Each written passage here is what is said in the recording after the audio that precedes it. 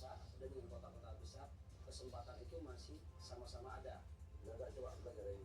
Kita masih bisa bersaing dengan orang-orang yang hidup di kota besar. Baik,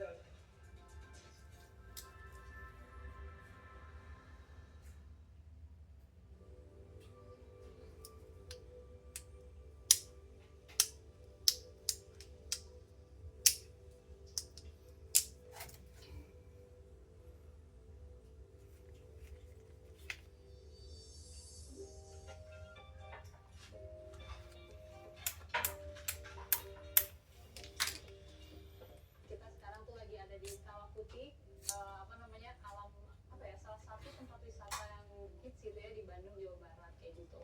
Terus apa, kita di sini dalam agenda untuk bikin konten Cikemang.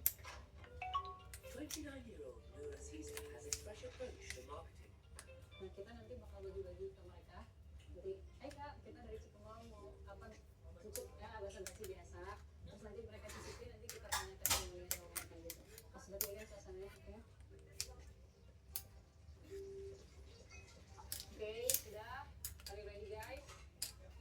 1, 2, action. Roka, lagi ngapain nih? Lagi nyantai ya. Dingin nggak sih? Dingin banget. Mau nggak nyobain yang hangat-hangat? Boleh, boleh. Jadi kita ada di Cikemang, Pak. Aziza is the founder and owner of an Indonesian snack